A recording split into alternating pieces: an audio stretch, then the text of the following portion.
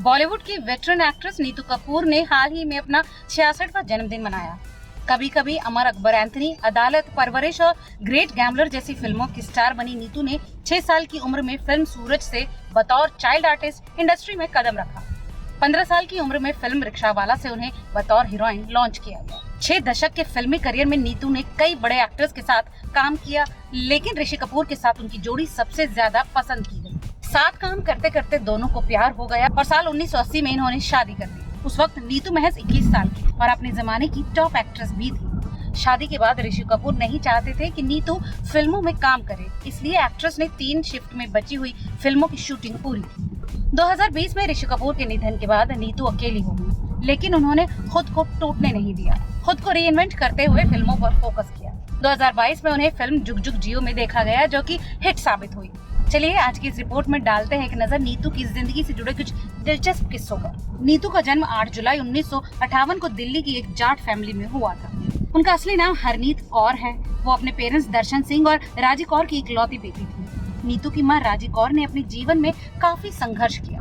दरअसल राजी की मां हरजीत को 10 साल की उम्र में माता पिता के निधन के बाद कोठे पर छोड़ दिया गया था। इसके बाद वो इस दलदल से कभी नहीं निकल पाई।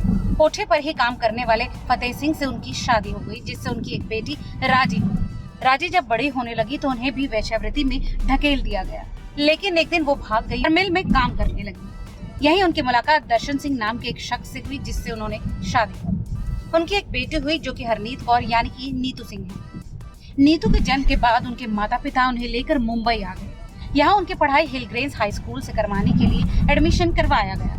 5 साल की उम्र में नीतू ने अपने पिता को खो दिया। चाइल्ड आर्टिस्ट के तौर पर नीतू की पॉपुलैरिटी आसमान छूने लगी, लेकिन इससे उनकी मां राजी खुश नहीं थी। दरअसल उन्हें ये डर सताने लगा कि कहीं उनकी बेटी चाइल्ड आर्टिस्ट बनकर ही न रह जाए, जबकि वो उसे हीरोइन बनाना चाहती थी। इसी डर के चलते राजी नीतू को मुंबई से पंजाब लेकर आ गई। 3 सालों तक पंजाब में रहने के बाद साल 1973 में राजी नीतू को लेकर वापस मुंबई पहुंची। इस वक्त तक नीतू 14-15 साल की हो चुकी थी। राजी ने बेटी को फिर फिल्मों में हीरोइन बनाने की कोशिशें तेज कर दी। 15 साल की उम्र में नीतू को रणधीर कपूर के साथ फिल्म रिक्शावाला मिली। फिल्म तो फ्लॉप रही, लेकिन नीतू की खूबसूरती से प्रभावित होकर मेकर्स ने उसे कई फिल्मों का ऑफर दे डाला।